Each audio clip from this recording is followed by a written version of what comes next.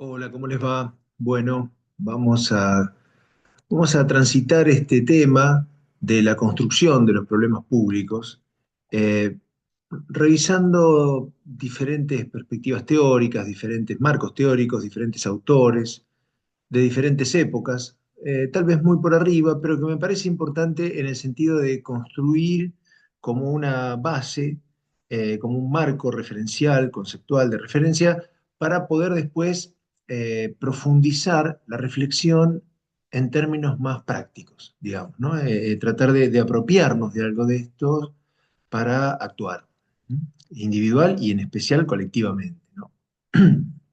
Entonces, la intención es enfocarnos en los problemas, partiendo de la base de que los problemas de gestión, por ejemplo, en una organización, no son algo dado, no son algo que existe en sí de un modo unívoco para todo el mundo, que implican un encadenamiento de fenómenos de carácter histórico, social, político, económico, cultural, simbólico, etcétera, y que implican también y interpelan de determinado modo que propician y generan y necesitan de una construcción y una interacción intersubjetiva, digamos, ¿no? De sujetos individuales y colectivos. Entonces, vamos a tratar de ir desmenuzando estos aspectos constitutivos de los problemas sociales y formularnos algunas preguntas, como por ejemplo, ¿todo problema social es un problema público? ¿Cómo un problema social deviene un problema público? ¿No? Habrán visto tal vez, seguramente muchos de ustedes, la actual serie Adolescencia. Un problema social es un problema público. ¿Cuándo? ¿Cómo? ¿Qué tiene que suceder? En este sentido, hay diferentes perspectivas teóricas que yo sinteticé de este modo que es arbitrario, reduccionista y que no me gustaría ni que lo anoten ni que lo repitan. Pero para tratar de hacer un mapeo así, a grosso modo, autores franceses de diferentes formaciones y trayectorias profesionales como Rémy Lenoir, Daniel Sefai e incluso Pierre Bourdieu, que todos probablemente conozcan, ponen mucho el énfasis, Pierre Bourdieu más, me estoy refiriendo a él como, eh, como metodólogo de la investigación en ciencias sociales, ¿no? Más que en problemas de intervención. Nosotros hoy vamos a estar, hago esta distinción así también grosera, vamos a estar hablando de problemas en el sentido de pensarlos y procesarlos en términos de lograr intervenciones más eficaces para intentar revertir sus consecuencias, ¿no? Por ahí el problema de Bourdieu es más la construcción de un problema de investigación, de producir un conocimiento vacante, y va más en ese sentido, y eventualmente que ese nuevo conocimiento subsidie la toma de decisiones y la acción, ¿no? Pero no obstante eso, los franceses, desde sus diferentes perspectivas, han puesto más el foco, les decía, en cómo se construye el problema. De hecho, para Bourdieu el problema de investigación, como decía en el oficio del sociólogo, que es un libro clásico del año 68 que escribió con Passerón, decía, el problema se construye, se conquista, se constata. Estas tres palabras son interesantes, incluso también para un problema de intervención, ¿no? Un problema que va a ser objeto de una intervención, de una política, de una estrategia de abordaje, etcétera, porque para mí esos problemas también se construyen y se conquistan y se constatan, ¿no? Los anglosajones, y yo puse allí un autor solamente para que tengan una referencia, están más enfocados, y vamos a hacernos algunas preguntas al respecto un poquito después, ¿cómo se usan los problemas sociales? ¿Para quién el problema es un problema? ¿Qué utilidad tiene enfocarse en ese problema? Si me enfoco en ese problema, ¿en qué otros problemas no me estoy enfocando? Y van más por ese lado. La reflexión y, por supuesto, son aspectos también pertinentes para ser tenidos en cuenta. Y nombré aquí algunos autores latinoamericanos, como Santiago Donel, como nuestro querido maestro Mario Testa o el economista chileno Carlos Matus, que todos han sentido nombrar, que se enfocan más, tal vez, sin abandonar los otros aspectos, ¿no? En la relación de los problemas con la agenda pública, con la cosa pública, ¿no? Con la política pública. Eh, entonces, el enfocarnos en un problema, el tratar de construirlo, de delimitarlo como objeto de estudio y de intervención y de reflexión, ¿no? Nos pone también en relación con otros grupos sociales, ¿no? ¿Quién está preocupado por eso? ¿Quién vive eso como un problema? ¿Cómo hacemos que sea visible para otros actores sociales, para que podamos actuar en conjunto? Estas son algunas de las reflexiones que vamos a ir desarmando, espero, a lo largo de este encuentro, ¿no? El problema requiere hacerlo visible, no es visible para todo el mundo, aunque muchas personas sufran sus consecuencias, hay que delimitarlo, hay que precisarlo y hay que convertir al problema como algo digno de atención, ¿no? Y eso implica muchas veces eh, identificar y o construir hasta un público para ese problema y generarle legitimidad al problema como problema, ¿no? Que se lo asuma como socialmente verdadero, como relevante, como digno de atención y de deseo de intervención, ¿no? Lo cual va a implicar en alguna medida algún grado de, para su abordaje, de institucionalización. O sea, cómo se elabora una respuesta articulada de orden institucional que pueda dar cuenta del problema, ¿no? Que sea a cargo del problema. Vamos a transitar estos aspectos. Voy a avanzar así, voy más rápido. Hay autores como Edelman que trabajan cuestiones que son muy interesantes para mí, que en las que no me voy a meter hoy. Hay otros autores franceses que también lo hacen, como por ejemplo Paul Ricoeur, que a mí me gusta mucho. eh, Ver y pensar y asumir los problemas sociales como textos, porque son dignos de interpretación, son dignos de intervención, de entendimiento, de comprensión, ¿no? Porque cuando uno escribe un problema, inscribe determinados significados y sentido, inscribe determinadas referencias ostensivas y otras que no son ostensivas y que pueden ser visibilizadas por otros actores, incluso diferentes al que lo enunció, porque dejan memoria, porque dejan archivo, ¿no? El texto, digo, porque se abre un abanico infinito de potenciales intérpretes. Entonces, eh, hay autores que trabajan esta idea de los problemas sociales y los problemas públicos como textos, ¿no? Eh, Hoy tal vez no me dedique tanto a eso.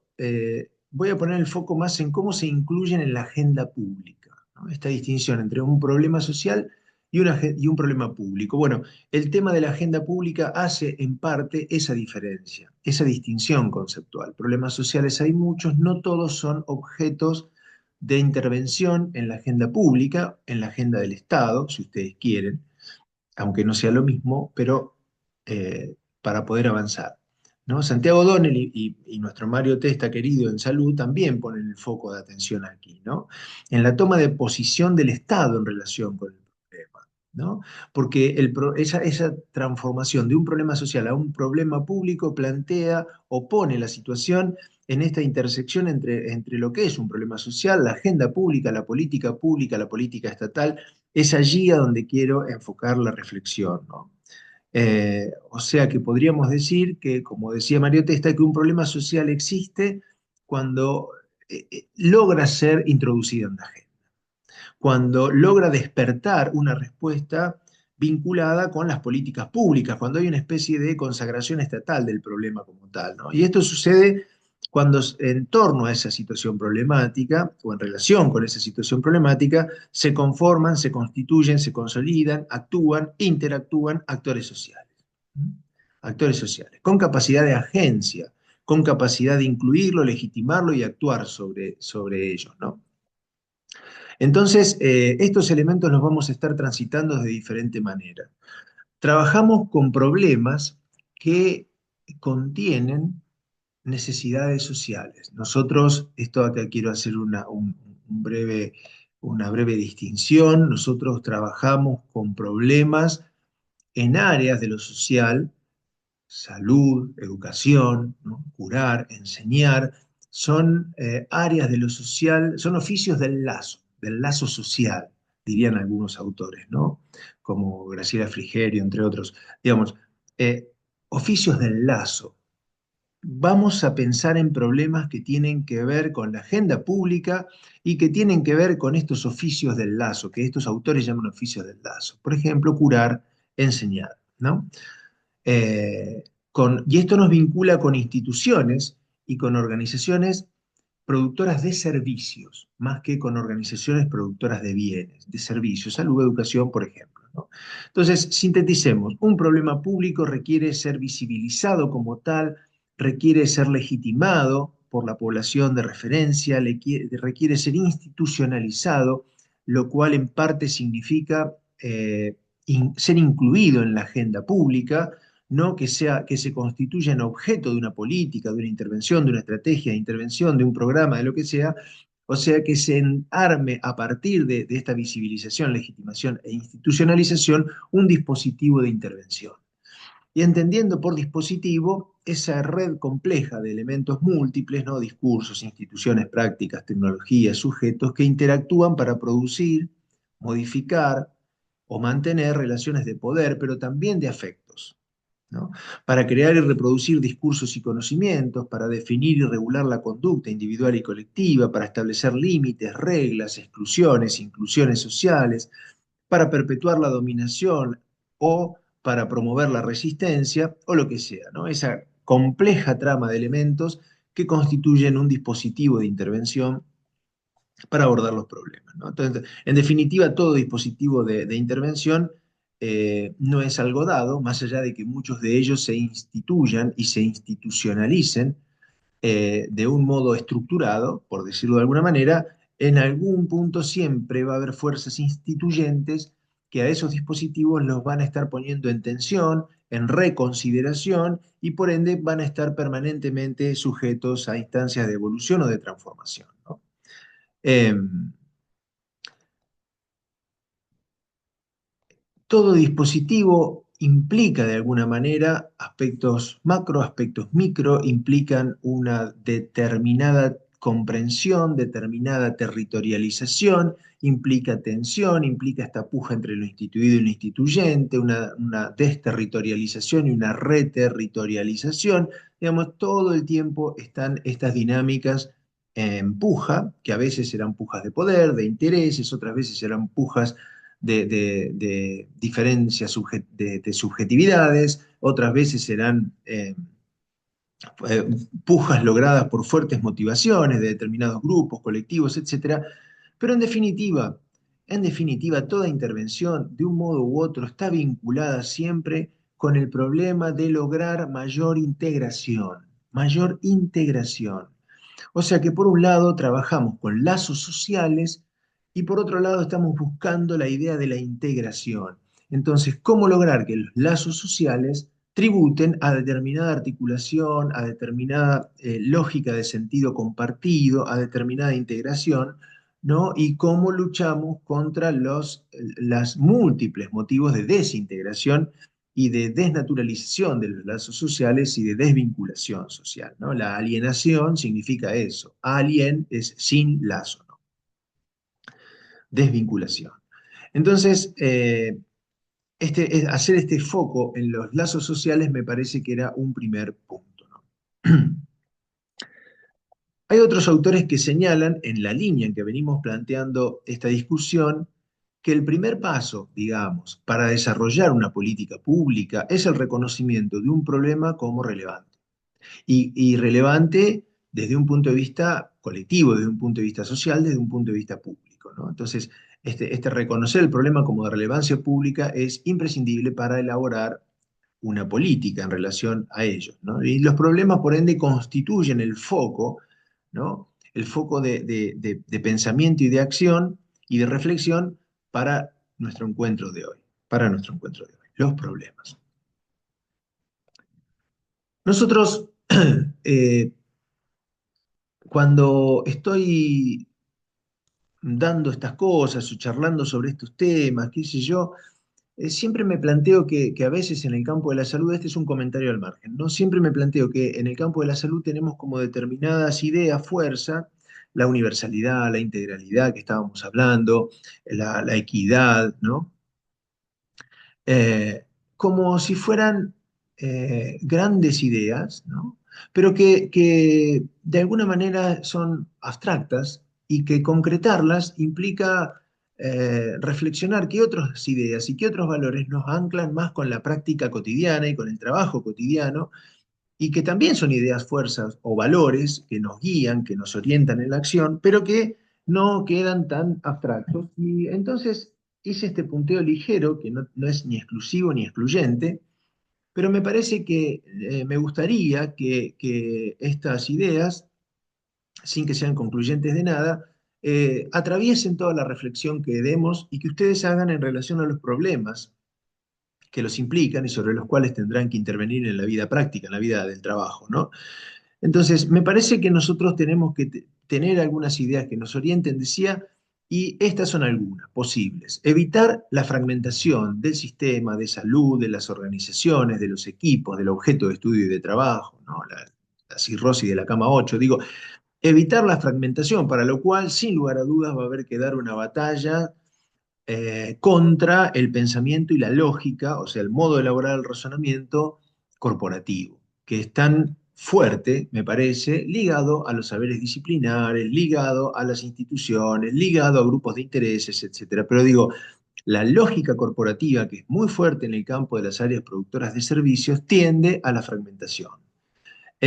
¿Cómo mitigar eso? ¿Cómo luchar contra eso? No perder de vista que tenemos también, además de abordar los problemas, tenemos que luchar contra esto.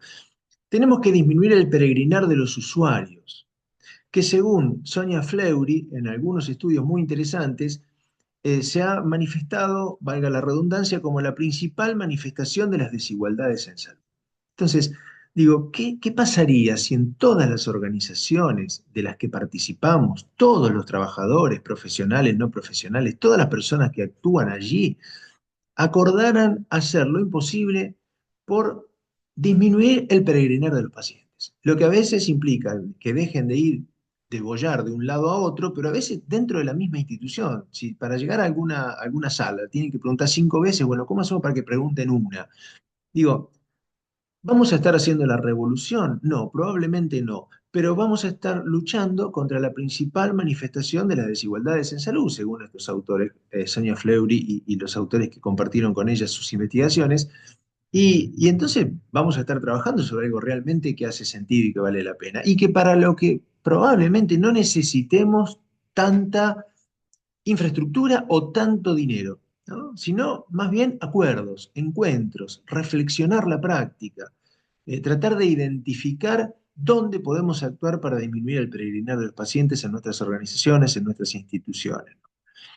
¿Cómo priorizamos, como hizo enfermería, y no tanto otras profesiones de la salud, la perspectiva del cuidado? ¿Cómo logramos realizar prácticas centradas en los padecimientos y no estar regidos exclusivamente por la lógica de los procedimientos técnicos científicos, ¿no? ¿Cómo recuperamos la dimensión del cuidado? ¿Cómo fortalecemos la construcción de lo común, ¿no? Propiciando la participación social? ¿Cómo fortalecemos la construcción de lo común? A mí esto me interesa mucho. Hay un autor que se llama Roberto Espósito que trabaja em, esa palabrita que se escribe munus, ¿no? De dónde está lo común, ¿no? Y esa palabrita munus remite, no tiene una traducción lineal, ¿no? Es como que el ser humano al establecer relaciones intersubjetivas, establece como obligaciones en relación a los demás, pero no lo quiero plantear en términos de obligaciones solamente, sino que el hablar nos compromete, el hablar nos relaciona, el escuchar nos relaciona y genera y nos permite realizar o construir o consolidar relaciones de reciprocidad, ¿no? Y esa palabrita, munus, remite a esa reciprocidad que se genera cuando nos encontramos con otro, cuando hablamos, cuando interactuamos, cuando nos comprometemos, cuando nos relacionamos con otros actores individuales, colectivos. Por eso la palabra municipio, comunitario, comunismo, remite al comunus, y que a la construcción de lo que es común, de lo que nos es común.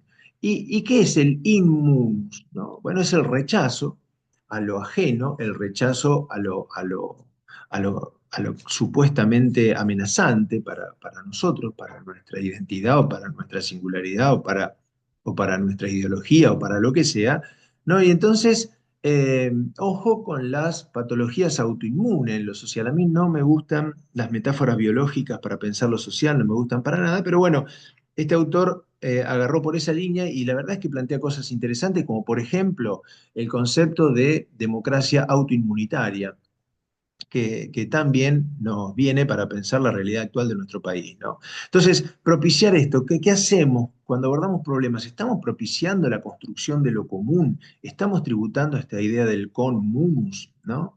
¿Estamos asumiendo que la salud es un derecho o estamos asumiendo que la salud es un bien que se compra en el mercado en función del poder de pago de bolsillo de la gente? Bueno, me parece que estas cuestiones, más allá de que sean obvias, no hay que seguir explicitándolas, ¿no? Y también tal vez superar una perspectiva antropocéntrica excluyente, ¿no? Más allá de que, por supuesto, estamos trabajando en el campo de la salud humana fundamentalmente, bueno, vivimos, compartimos nuestra existencia y nuestra vida en un planeta finito, con plantas, animales, etcétera. Digo, me parece que no me gusta la idea de una salud, pero me parece que recuperar las ideas del buen vivir, de algunas perspectivas de pueblos originarios y tantas cosas interesantes que hay al respecto, me parece que es una reflexión que nos debemos profundizar también. Pero no voy a ir por ahí hoy, pero lo quería señalar.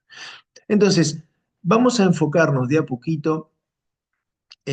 Hasta ahora fue como una especie de mapeo de perspectivas o de ideas en torno a los problemas. Si nos enfocamos en problemas de gestión de organizaciones sanitarias, por ejemplo, todo cualquiera de ustedes que esté o que haya gestionado algún espacio de lo público en las organizaciones sanitarias saben que van a ser sometidos a una lluvia inclemente, permanente, infinita de problemas cotidianos que se plantean como urgencias, que no necesariamente todos, es más, diría que muy lejos de que todos ellos sean problemas importantes, pero todos se plantean como urgentes.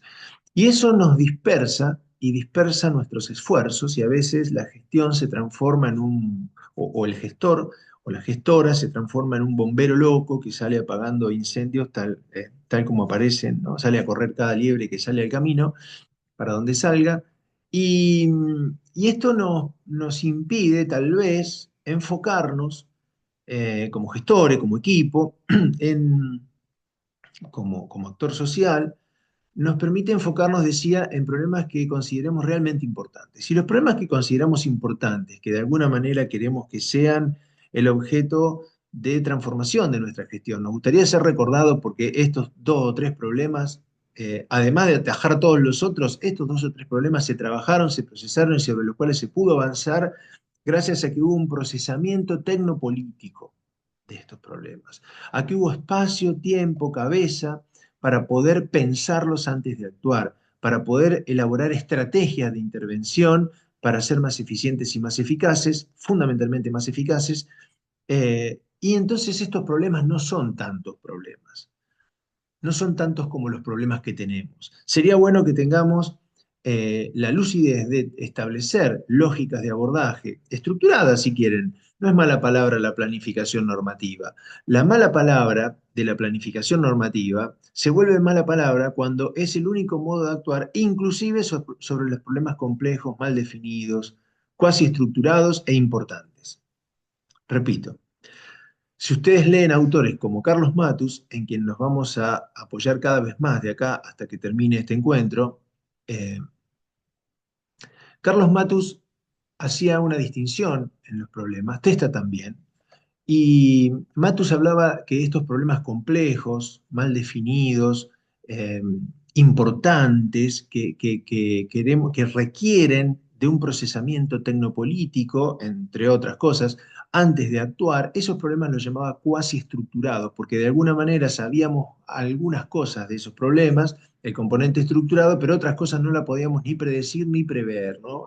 Son problemas complejos que involucran a multiplicidad de actores, a multiplicidad de intereses, etcétera. Entonces les llamaba cuasi estructurados. Testa hace una distinción que a mí me gusta entre problemas simples y complejos, si estos tienen pocas o muchas variables, y problemas definidos e indefinidos o mal definidos, en función de definidos si sabemos cómo se vinculan esas variables constitutivas del problema entre sí, y si sabemos cómo actuar eficazmente sobre ellas, tal vez también indefinidos cuando no conocemos esas vinculaciones entre las variables constituyentes, ¿no? Sean pocas o sean muchas, sean simples o sea complejo, el problema no conocemos. Entonces, ahora, ninguno de los dos, como vamos a ver después, ninguno de estos dos autores, Matus y Testa, pierde de vista de que el problema es relativo al actor que lo explica. Si yo soy un carpintero y me pego un martillazo en un dedo, digamos, es un problema que para mí es complejo, es mal definido, porque no sé qué pasó, si tengo la herida infectada, si puedo seguir trabajando, si tengo que inmovilizar el dedo, si tengo que hacerme una radiografía, no lo sé. Y tal vez para un traumatólogo, digamos, ese sea un problema simple y bien definido, porque para él tiene pocas variables y sabe cómo se vinculan esas variables entre sí y cómo actuar sobre ellas, ¿no? Entonces, digo, el problema, disculpen el ejemplo, soy biologicista, pero el problema es relativo al actor que lo explica, ¿no? No todos los actores los explican del mismo modo. El tema es que cómo logramos ganar tiempo en la gestión para, a pesar, o atacar todas las cuestiones los problemas que se nos plantean en el cotidiano, tener margen de acción y de reflexión para los problemas complejos y mal definidos. Este es el desafío, cómo logramos concentrarnos en esos pocos problemas que nunca se plantean como urgentes, pero que son los importantes, y que cuando esos importantes se plantean como urgentes, llegamos tarde, porque no pudimos ni predecir nada, ni prever nada, ni tener una rápida reacción ante el cambio de circunstancias y estamos condenados a aprender de los errores. Si no pudimos hacer nada de lo que queríamos hacer en el proyecto con el cual ganamos el concurso, de lo que sea, ¿no?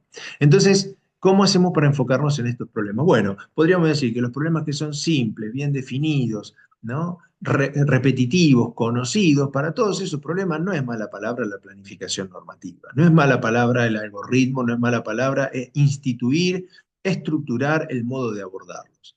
Se presenta así, lo conocemos, es el mejor modo, el más eficiente, el más eficaz, el más efectivo, lo abordamos de ese modo. ¿Para qué? Para que salgan del foco de nuestra atención y podamos tener más margen de tiempo y de reflexión y cabeza para los problemas que realmente nos importan, que son los complejos, mal definidos, sobre los que queremos actuar, pero pensando antes de actuar, tratando de predecir lo que se pueda predecir, tratando de prever lo que no se pueda prever y tratando de desarrollar competencias individuales, colectivas, de los equipos, institucionales, para tener una rápida reacción ante el cambio de circunstancias, para no tener que aprender todo el tiempo de los errores, retrospectivamente. Entonces, vamos a hacer foco en los problemas. Vamos a hacer foco en los problemas. Ahora, un problema siempre es un resultado de un juego parcial, porque un problema siempre se inscribe en una problemática mayor. Siempre está vinculado con otros problemas. Y actuar, pensar y actuar sobre un problema, de alguna manera, es jerarquizarlo y es desjerarquizar otros, es tomar conductas y poner en práctica cosas que influyen sobre ese problema, pero también influyen sobre otras cuestiones. O sea, esta es la verdadera complejidad. Puede haber diferentes niveles de análisis, diferentes puntos de vista, diferentes actores que ven la cosa de diferente manera, ¿no? Entonces, cada problema coexiste e interactúa con otros problemas en el contexto y en el macro problema institucional. Entonces, ¿cómo lidiamos con esta complejidad? Bueno, hay algunos elementos teórico-metodológicos, en especial en Matus, que vamos a sobrevolar rápidamente hoy, más allá de que tienen toda la obra de Matus luego para poder profundizarlo, ¿no? Pero digo, si no hay procesamiento tecnopolítico de los problemas realmente importantes, complejos, mal definidos, si no pensamos antes de actuar colectivamente sobre esto, vamos a tener a estar condenados a una gestión meramente reactiva, ¿no?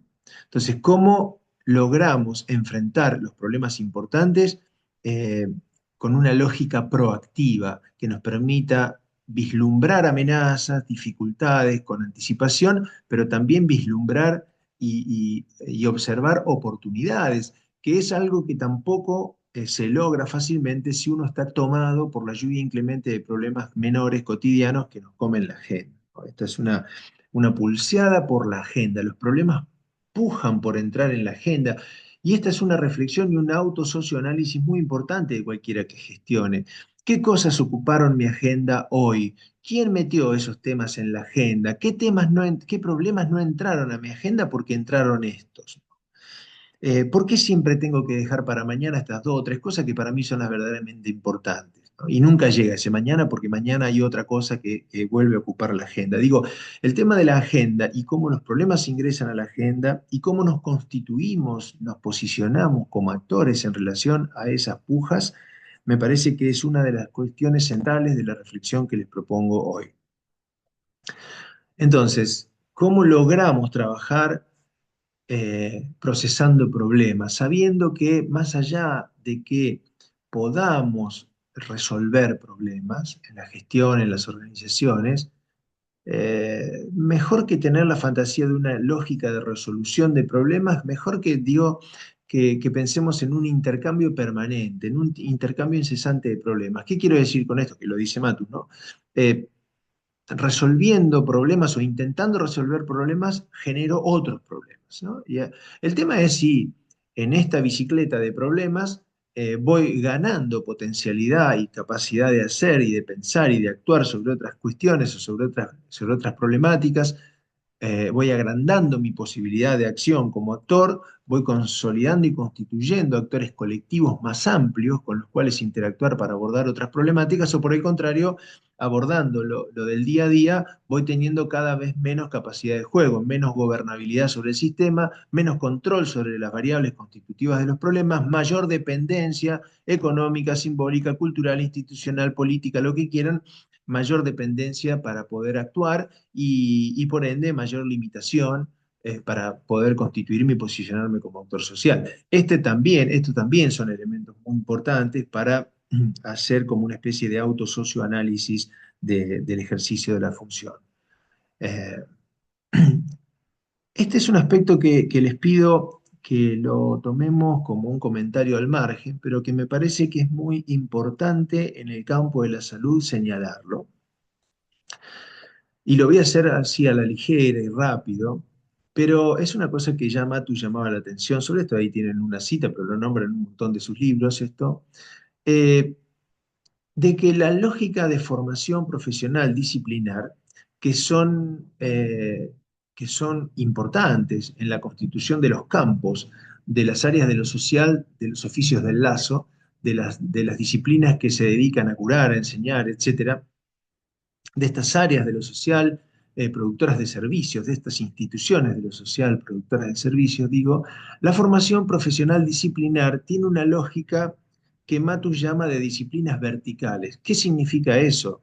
Significa que, no sé, tomo por ejemplo la medicina para reírme de lo que soy, para no meterme con otras profesiones, pero digo, un médico se forma como tal, se recibe de médico, después hace gastroenterología, ¿no? Después hace hepatología, después se vuelve especialista en la citocromo P450, que es una enzima que se tira del alcohol y no sé qué.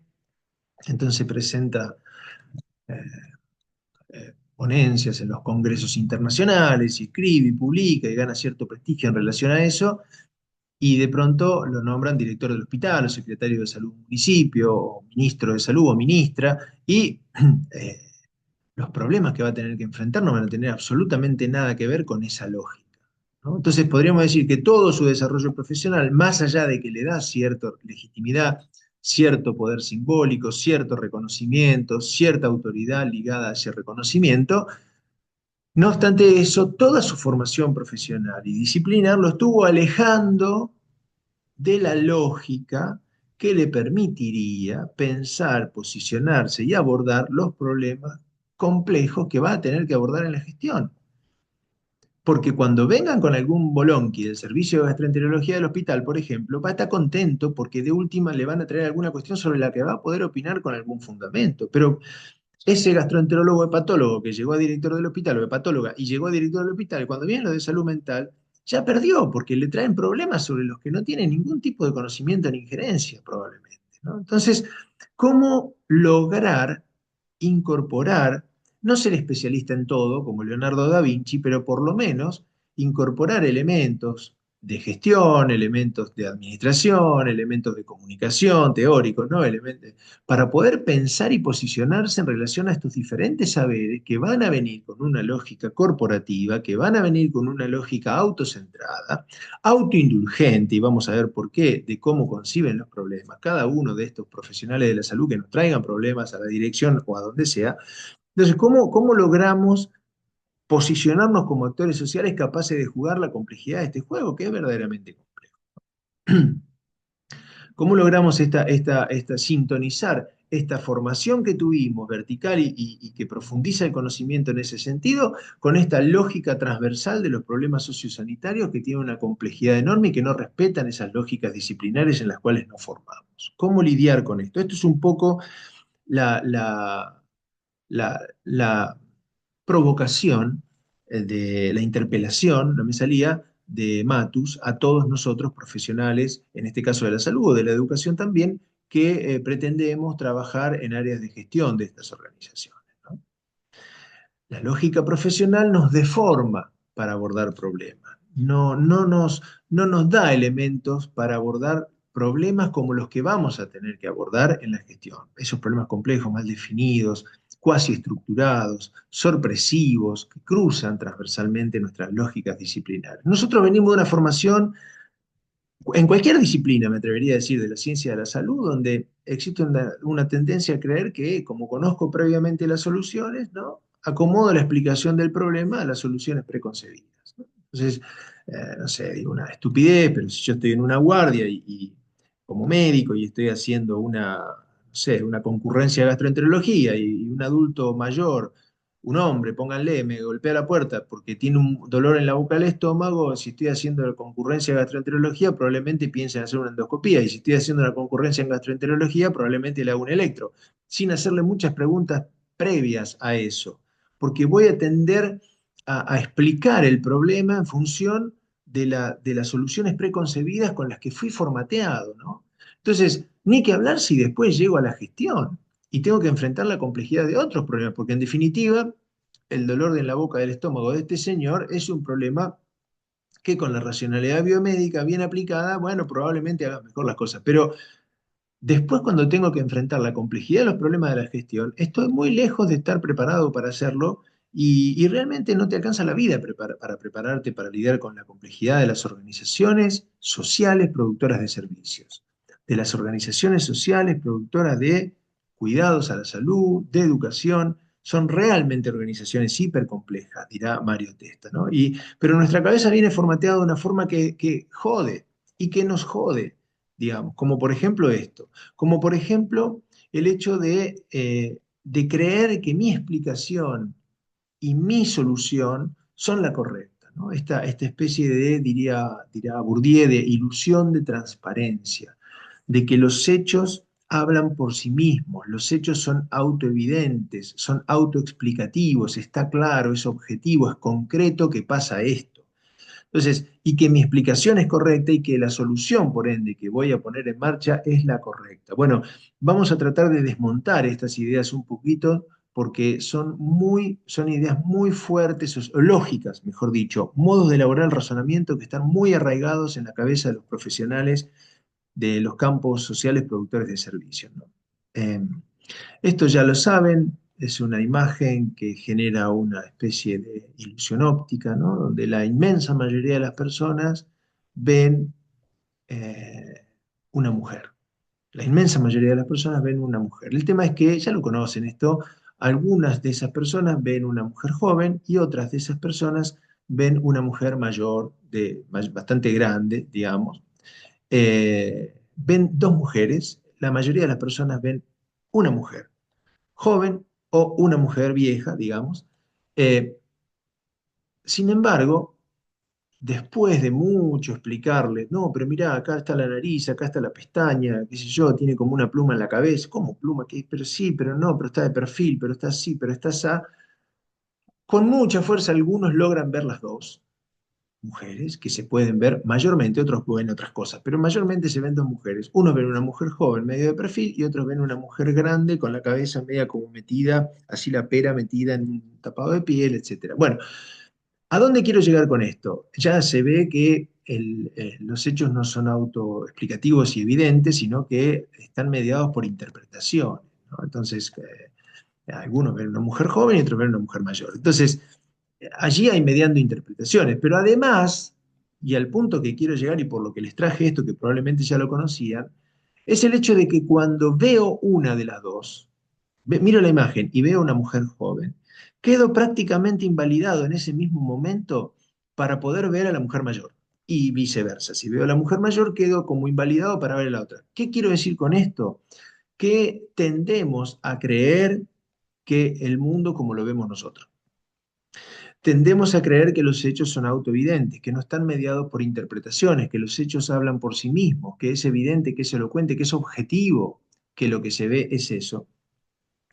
Y tenemos muestra de sobra todo el tiempo de que las cosas están muy lejos de ser así, muy lejos de ser así, y que entonces esto también hace la complejidad, y que constituir actores colectivos con capacidad de hacer y de transformar es fácil de decir y difícil de hacer, porque, bueno, porque muchas de estas cuestiones se dirimen, y en buena hora que así sea, se dirimen en términos subjetivos, y hay que lidiar con la subjetividad de las personas. Entonces, esto es un desafío hermoso y enorme, ambas cosas, ¿no? Em, Todo esto para decir que la idea de plan, que es una idea central en la planificación, que en salud esta es una palabra que adquirió mucha resonancia y mucho protagonismo, tal vez demasiado, a lo largo del tiempo. Pero bueno, la palabra planificación quedó tomada por la idea de plan, ¿no? Entonces, esa capacidad de enunciar cómo las cosas deben ser, ¿no? Cómo las cosas deben ser.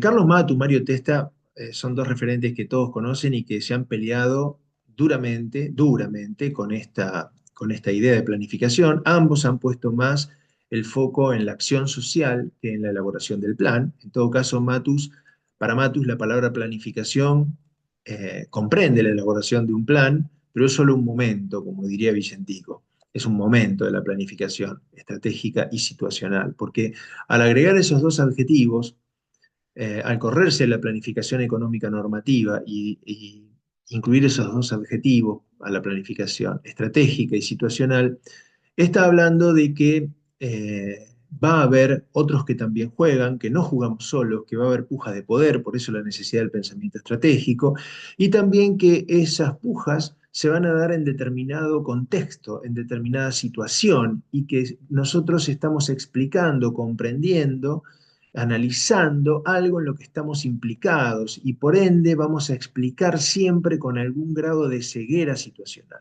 dice Matus.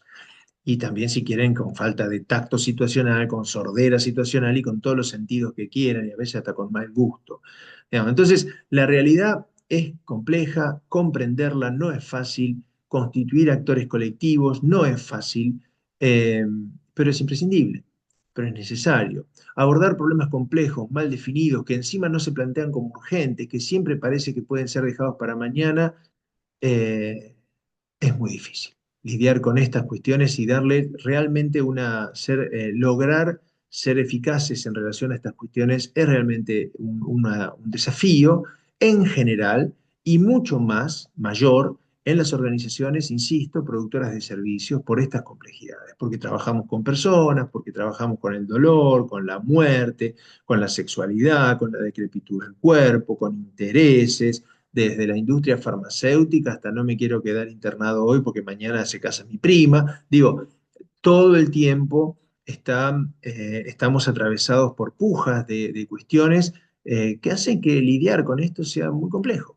Sean de las organizaciones más complejas, pero también a veces incluso de las más democráticas o a veces incluso en organizaciones donde uno realmente vive cuestiones que pueden realizarlo como profesional y como persona.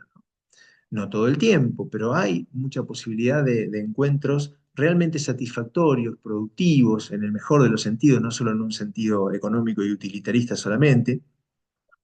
Así que este es el desafío, ¿no? ¿Cómo logramos hacer y hacernos y realizarnos y reconocernos y construir sentido y sentirnos parte de algo que vale la pena, ¿no? Este es un desafío muy importante en la gestión.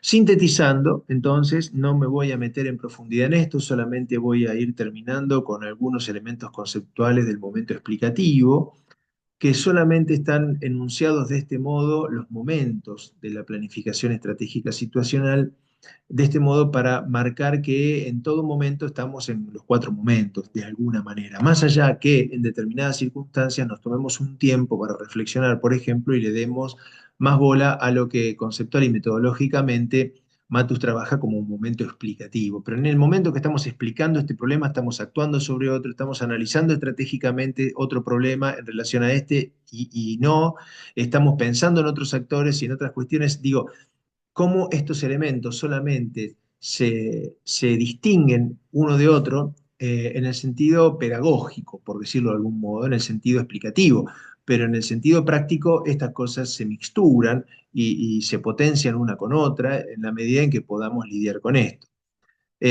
Matus se corre de la idea de las etapas de la política, del ciclo de la política, de hacer un diagnóstico, de prescribir un tratamiento, el plan, de poner en marcha ese tratamiento, ese plan, de ejecutarlo, de evaluarlo posteriormente, a ver cómo nos fue y qué objetivos y metas fueron alcanzados. Bueno, esa lógica de etapas rígidas, ¿no? Autoexcluyentes, que vamos a llegar siempre al final, vamos a hacer la evaluación de cierre y vamos a ver que estuvimos lejos de cerca, siempre. Entonces, ¿cómo lidiar con eso? ¿Cómo correrse de eso? Bueno, él habla cambia, perdón, la idea de etapa por la idea de momento, ¿no? Esta simultaneidad de los momentos. En juego, más allá de que en determinada situación estemos más enfocados en uno que en otro. El momento explicativo es el momento en el que me voy a situar someramente hoy, es el momento de identificar, seleccionar, jerarquizar, explicar problemas, ¿no? Eh, Tratando de estos problemas complejos, mal definidos, que requieren una intervención, que requiere una reflexión previa, un pensamiento crítico antes de poner en marcha acciones, para ser estratégicos, para lograr ser más eficaces y proactivos, ¿no? Entonces, estos problemas complejos son los que requieren toda esta reflexión. Los problemas simples, bien definidos, repetitivos, norma, no hay problema. El tema es cuando nos ponemos normativos con los problemas complejos, cuasi estructurados de los que estoy hablando.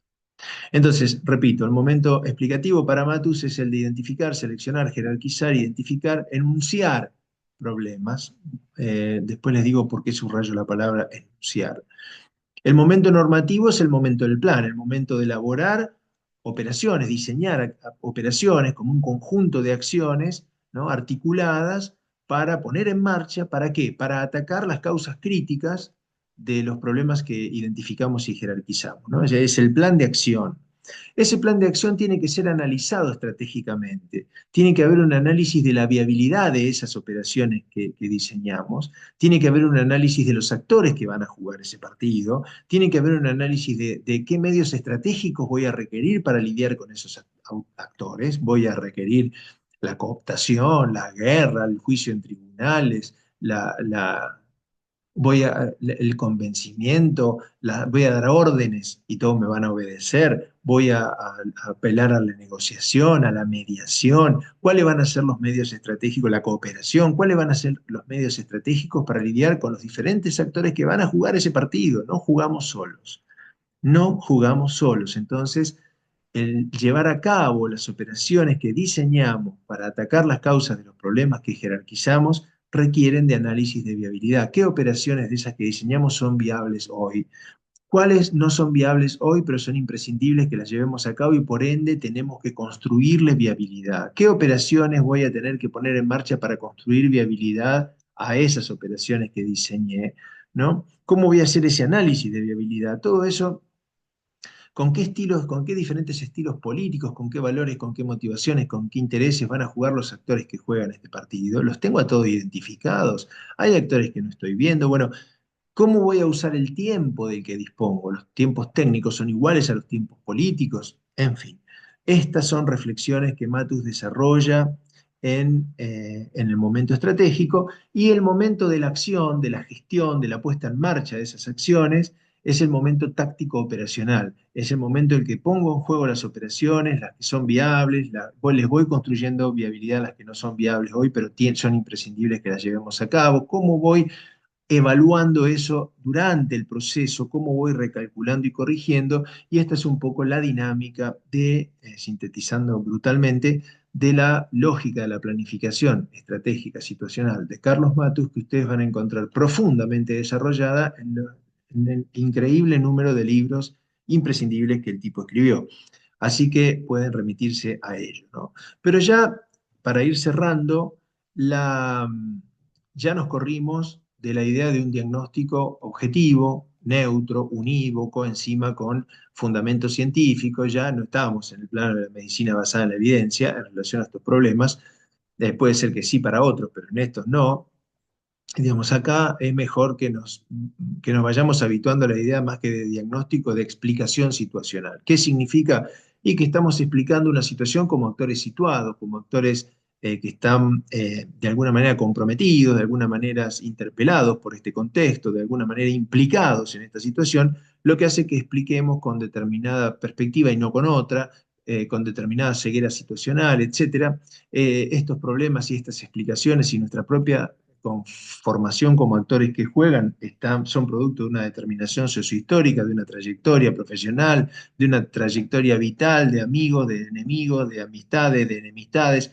Acá hay valores, intuiciones, ideología, hay un montón, es una ensalada que hace que esto sea muy complejo, poder ponerle el cascabel al gato y poder tener certeza y claridad de cómo conviene actuar para revertir las consecuencias de los problemas importantes que tenemos, ¿no? Acá son arenas movedizas y eso no es necesariamente mala palabra, hasta se le puede agarrar el gustito a esto y que sea realmente disfrutable. Pero si no logramos corrernos de la lógica, de la idea del diagnóstico certero, unívoco, neutro, científico, con el que podemos operar en la dimensión técnica de la práctica de nuestras profesiones, pero no en la dimensión tecnopolítica, si no logremos corrernos de esa lógica con la que nos formamos como profesionales, difícilmente podamos lidiar con esta complejidad y podamos no sufrirlo tanto, ¿no? Que también es otra cuestión importante. Los cargos de gestión en las organizaciones de salud y educativas se sufren mucho por estas razones, ¿no? Eh, por no poder sacarnos esa lógica tan estructurada de cómo pensar y proceder, ¿no? Estructurada científicamente, nada menos. Vamos a bajar un cambio porque antes de terminar quiero que reflexionemos un poco sobre esta definición de Matus, que yo la puse entre comillas allí, la destaqué si ustedes quieren, pero no es la definición. Es más, ni siquiera está puesta en muchos libros de Matus. Lo saqué de algún lado que no recuerdo dónde, de una publicación de Matus, de unos ejercicios, de una actividad práctica, no sé qué cosa encontré alguna vez o me pasaron, pero no es una definición que la haya jerarquizado mucho, ¿no? Porque un problema, y ahora les voy a decir por qué no es la definición, pero me sirve para trabajar un par de cuestiones que quiero dejar claras en la medida de lo posible antes de cerrar. El, la idea que todos tenemos de sentido común de que un problema es algo que merece solución, que un problema es algo que genera un obstáculo o algo que debe mejorar, algo que nos gustaría que sea de un modo pero es de otro y entonces queremos hacer algo para que sea como queremos, digamos. Un problema, después si seguimos tirando de esa piola aparece siempre alguno que dice que un problema puede ser una oportunidad, siempre hay algún optimista o que un problema puede constituir un desafío, ¿no? Pero en general, esa idea de que un problema es algo insatisfactorio, que merece ser abordado y que merece ser transformado para que deje de ser insatisfactorio, es un poco la idea central de lo que es un problema, ¿no? La cuestión es que, y yo antes al pasar, medio que subrayé la palabra cómo enunciamos el problema, la idea de cómo enunciamos un problema. La hipótesis de trabajo que les propongo para los minutos que me queden es que el modo en que enunciamos un problema, el modo en que lo sintetizamos en una frase, si ustedes quieren, escrita si ustedes quieren, de alguna manera traduce las estrategias de acción que se pueden poner en marcha desde esa concepción que queda cifrada en esa enunciación. Digo, se puede traducir la estrategia de acción que se ponga en marcha y también puede traducir la toma de posición de los actores en relación a ese problema. Voy a ser más claro con esto. Repito, el modo en que un problema se enuncia puede tener mayor potencia en términos de intervención o mayor impotencia en términos de intervención. Mayor potencia en relación a la conformación de actores sociales más creativos, más activos, más productivos, o por el contrario, eh, puede generar que los actores no se muevan de la lógica en la que están situados y parados y por ende se queden impotentes ante el problema que enuncian. Esto me interesa que lo desmenucemos un poco porque me parece que tiene un profundo sentido práctico y ojalá lo tenga y lo pueda transmitir.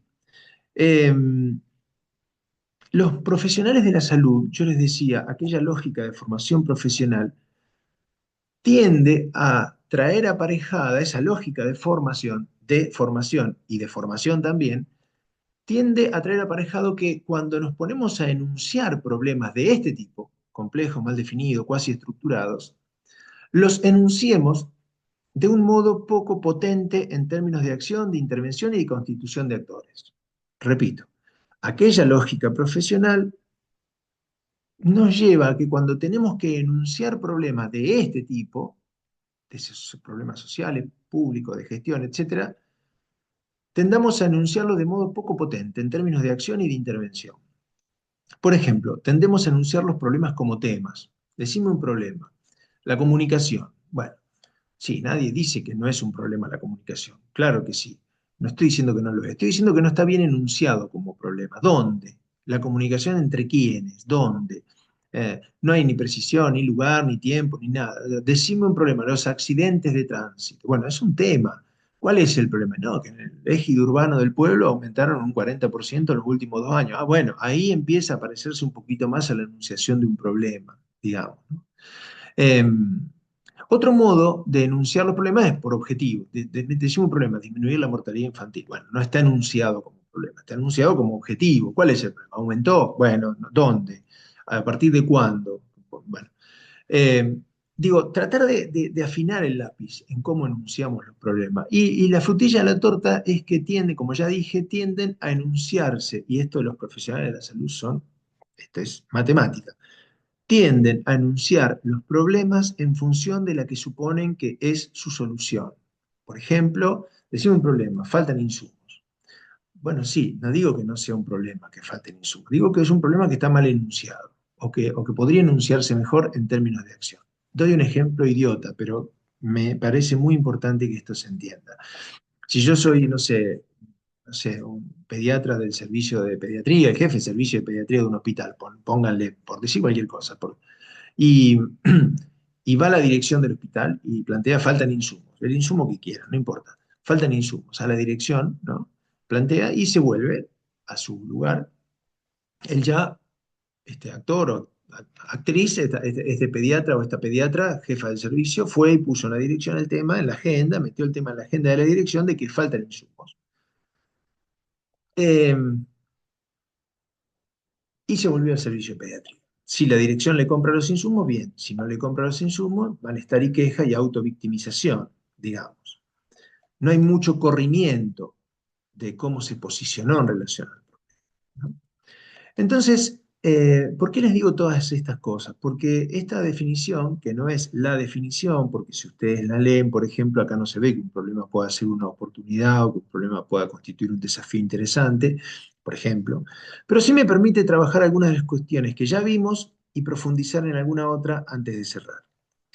Vamos a situarnos primero en esta idea de para un actor, para un actor. ¿Qué significa eso? Lo que ya dijimos, que el problema es relativo al actor que lo explica, ¿no? Entonces, unos ven una cosa, otros ven otra cosa, unos lo jerarquizan por esto, otros lo desjerarquizan por otra cosa o lo jerarquizan por otras cosas. Digo, siempre el problema es relativo al actor que lo explica y si vamos a tener que lidiar con otros, vamos a tener que trabajar en cómo lo ven los otros, en visibilizarlo, legitimarlo y las cosas que ya dije. Pero siempre no perder de vista que los hechos no hablan por sí solos, sino que están mediados por interpretaciones. Y esas interpretaciones pueden obedecer a trayectorias profesionales, saberes, ignorancias, intereses, etcétera, ¿no? No perder de vista que el problema no es esencialmente esto o aquello, sino que es relativo a la perspectiva del actor que lo explica, que es un actor situado y que siempre explica con algún grado de ceguera, sordera, falta de tacto, etcétera, situacional, ¿no? Ahora, para Matus, un problema es un problema no solamente cuando declaramos, y esa palabra que lo declare no es inocente, en Matus podemos charlarlo o no, pero digo, un problema no es un problema solo cuando digo que no me gusta cómo está la cosa o que declaro el componente insatisfactorio que me hace enunciarlo como un problema, ¿no? Sino cuando además de enunciar esa insatisfacción, de alguna manera lo declaro evitable, en el sentido de que yo, o nosotros, mejor, como actores situados, podemos hacer algo en relación a ese problema. No solamente nos quejamos, no solamente enunciamos el malestar, sino que como eso es una cosa que molesta y que queremos transformar, como actores que juegan y como actores situados y como actores con capacidad de agencia, ¿no? Lo declaramos evitable, total o parcialmente evitable. Vamos a involucrarnos en hacer algo en relación con eso. Allí pasa a ser un problema. Si no, para Matus, no alcanza a ser un problema en términos de su teoría, sino que es un malestar, es una queja, es un malestar, ¿no? Esta distinción a mí me parece muy importante. ¿No? No solamente enunciar la insatisfacción, sino también declarar que algo de eso es evitable y nos vamos a comprometer en tratar de revertirlo, para revertir sus consecuencias negativas. Entonces allí, cuando el problema es incluido en la agenda, es procesado por actores situados con capacidad de agencia, el problema pasa a ser un problema. Fíjense la vinculación con muchos de los autores que trabajamos al principio, que Matus no leyó, que no tienen nada que ver. Eh, Aunque muchos sean deudores de un autor llamado Dewey, de las primeras décadas del siglo XX, de la pedagogía, miren, por los oficios del lazo. Bueno, y aquí hay otra distinción, ¿no? Hay otra distinción no solamente entre malestar y problema, sino también entre problema y paisaje. ¿Qué es paisaje para Carlos Matus? ¿Qué significa paisaje? Significa aquellos problemas que nosotros sufrimos sus consecuencias, declaramos la insatisfacción, pero atacar sus causas, por más que lo procesemos bien, atacar sus causas nos queda muy fuera de nuestro campo de acción como actores situados. No podemos hacer nada. Supongamos que estoy, no sé, en un centro de salud y padecemos la inflación, digo cualquier cosa. Bueno, nosotros sufrimos eso, pero no podemos hacer nada para atacar sus causas desde el centro de salud. Entonces, para Matus ese problema es paisaje. ¿Por qué le llama paisaje? Porque hace parte del contexto en el cual vamos a tener que enfrentar los problemas que sí podemos enfrentar. Y vamos a tener que hacerlo sufriendo las consecuencias de ese macro problema, ¿no? Y las limitaciones que nos impone ese macro problema, pero atacarlo en sus causas, porque lo jerarquizamos, no es posible para nuestra condición de actor situado, ¿no?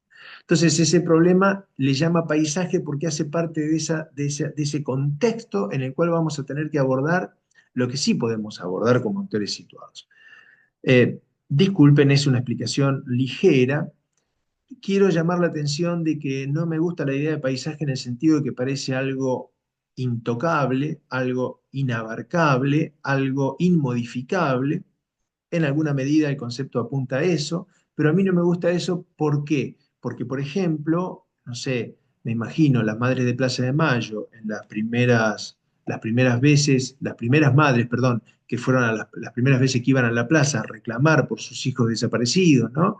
Eh, Totalmente solas, desamparadas, amas de casa, ante un poder dictatorial, con una asimetría de poder abismal, cualquiera en su sano juicio diría que esas mujeres desesperadas por la desaparición de sus hijos, en relación a ese poder brutal, autoritario y dictatorial, eh, ese problema para sus posibilidades de agencia, digamos, sus posibilidades de actor situado, era un paisaje en términos de Matus. Sin embargo, el hecho de no quedarse en el malestar y en la queja, ni en no resignarse a que la asimetría de poder es tan brutal y es paisaje, y persistir en la idea de que el problema es un problema, de que el problema tiene que entrar en la agenda, de que el problema tiene que ser visibilizado, que el problema tiene que ser legitimado, que el problema que tiene que ser institucionalizado, que el problema tiene que ser abordado por el Estado, etcétera, hizo de ellas una de las, a mi modo de ver, de las constituciones de actores sociales y de conformación de actores sociales más interesantes de la historia de la humanidad, sin exageración alguna, por lo menos para mi gusto. Con lo cual, digo, el paisaje no es inmodificable, pero sí marca esta distinción. ¿Por qué? Bueno, porque Matus lo que está propiciando acá es que nosotros en las organizaciones, en las de salud y en las de educativa, ni que hablar, tenemos un montón de gente que se queja, tenemos un montón de gente que discute paisaje y tenemos poca gente que agarre los problemas, se los eche al hombro, los ponga en su agenda, intente modificarlo, intente constituir actores colectivos y equipos interdisciplinarios más potentes para abordar la complejidad de los problemas que tenemos entre manos. Entonces, esto es un poco lo que Matus quiere propiciar con esta cuestión de que el actor no solo lo declare insatisfactorio, sino también evitable, ¿no? Y por último, me quiero situar en esta primera partecita de esta especie de definición de lo que es un problema, que es un resultado del juego para ese actor. Un resultado adverso, si ustedes quieren, del juego para ese actor. Si yo soy el jefe o la jefa de pediatría y digo, faltan insumos en mi servicio, estoy enunciando el problema en función de la que supongo que es su solución, ¿no? ¿Cómo se soluciona un problema enunciado así? Faltan insumos. Con insumos. Pero en general, cuando el problema es enunciado en función de la que se supone que es su solución, se reduce el modelo explicativo del problema a un modelo unicausal y encima atacar o actuar sobre esa causa no le corresponde al actor que lo enuncia, le corresponde a otro. En general, a otro actor sobre el cual éste puede influir, pero solo influir. O sea que el plan de acción de ese jefe de pediatría o jefa de pediatría ya no es un plan de acción, es un plan de demanda. Le va a pedir a la dirección que le compre los insumos y se vuelve al servicio. Si se lo compran, son buenos, si no se lo compran, son malos y se queda en el malestar y la queja y se cocina en ese estofado. Entonces, ¿por qué rescato esto del resultado adverso? Porque si yo estuviera en la dirección del hospital y viene él o la pediatra a decirme faltan insumos, le diría, bueno, ¿cuál es el resultado del juego del que te querés ocupar cuando me decís faltan insumos? Entonces, si no, no empecé a enroscar la víbora con cosas raras, te estoy diciendo que faltan insumos. Bueno, decime, ¿para qué querés los insumos? Pero vos me estás tomando el pelo, que estamos brindando una calidad de atención de mierda del servicio. Bueno, pongamos eso como problema. Enunciemos el problema así. Vamos, vamos. Enunciar. ¿A qué se debe?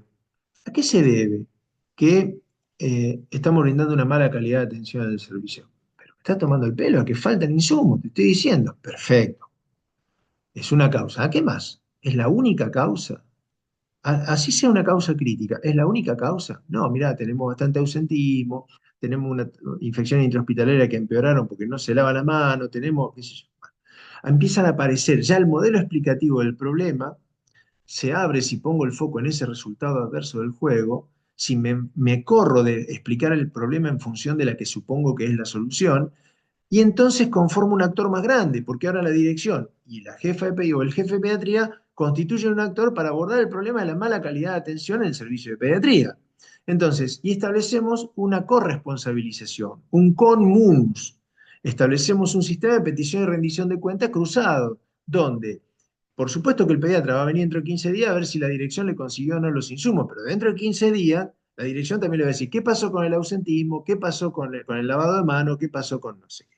Entonces, me parece, y se constituyó allí un actor colectivo en relación a ese problema, y un actor que no responde necesariamente a la lógica del organigrama formal de la institución, sino que es un actor que se constituyó en relación a ese problema, con la finalidad de abordarlo colectivamente desde los diferentes y conciliando esas diferentes multiplicidad de puntos de vista, etc. Entonces, el ejemplo es una tontería, pero me interesa que se vea el cambio de posición que esto genera, de posición subjetiva y de posición como actor y de cómo el problema entra y se procesa en las agendas que corresponden, cómo esto pone en marcha estas preguntas. ¿Quién explica el problema? ¿Qué problema explica? ¿Cuál es el espacio de gobernabilidad del actor que explica el problema? ¿Cómo constituye un actor colectivo con mayor gobernabilidad sobre las variables de este problema? ¿Tiene algún espacio de influencia fuera de su espacio de gobernabilidad? ¿Cómo mueve estas fichas? ¿Cómo genera estas influencias? Matus da elementos teóricos en el momento explicativo y hace esta distinción, ¿no? Entre cuando enuncio un problema, no era lo mismo enunciar falta de insumo en el servicio de pediatría que enunciar el servicio de pediatría está brindando una mala calidad de atención. Insisto, la explicación del problema cambia, las causas cambian.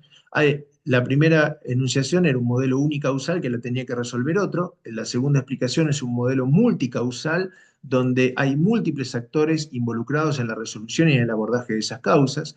La interpretación de las consecuencias cambian, la interpretación de las consecuencias cambian, ¿no? Hay que pensar las consecuencias, qué impacto tiene el problema, y también Matus hace esta distinción entre causas, consecuencias y descripción del problema. ¿Cómo voy a monitorear la evolución de ese problema en el tiempo? ¿Qué indicadores, qué descriptores cuantitativos o cualitativos puedo construir, o a los cuales puedo apelar para monitorear la evolución de ese problema en el tiempo?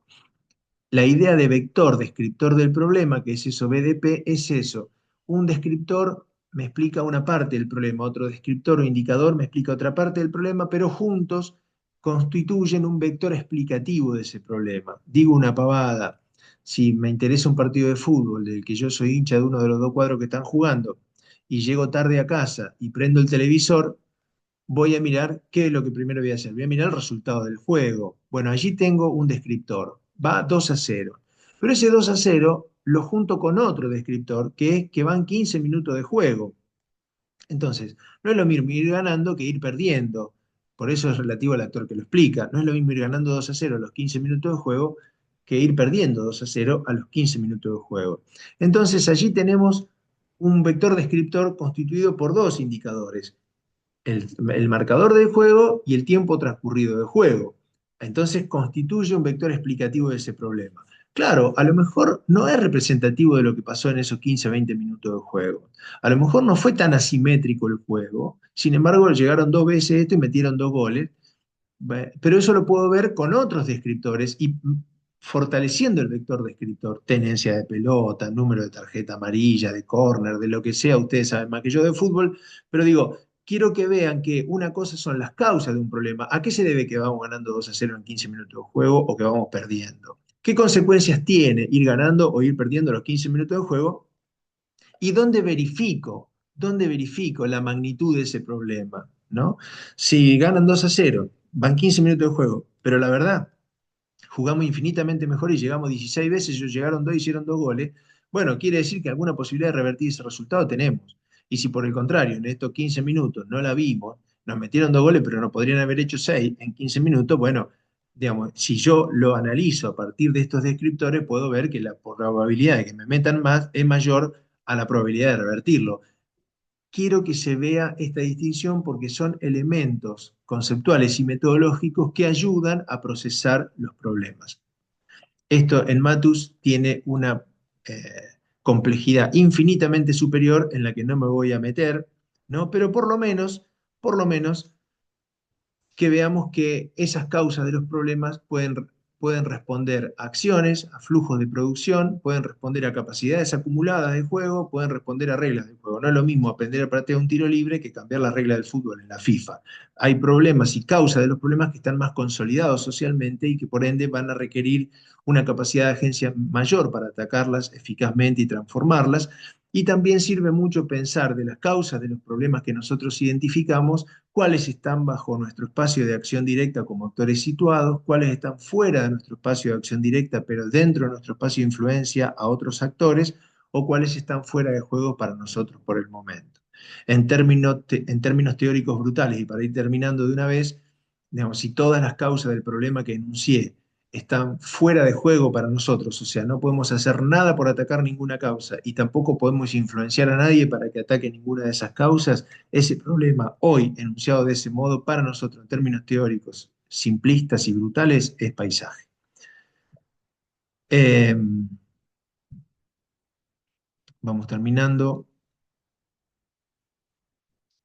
Me parece que fue suficiente por hoy. Eh, Me parece que tienen elementos como para poder seguir profundizando lecturas, para poder seguir profundizando la reflexión en relación a los problemas. Eh, Tienen la obra de Matus, de Mario Testa y de tantos otros que han transitado estas cuestiones de un modo sumamente inteligente.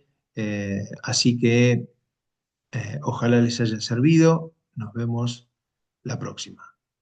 Abrazos.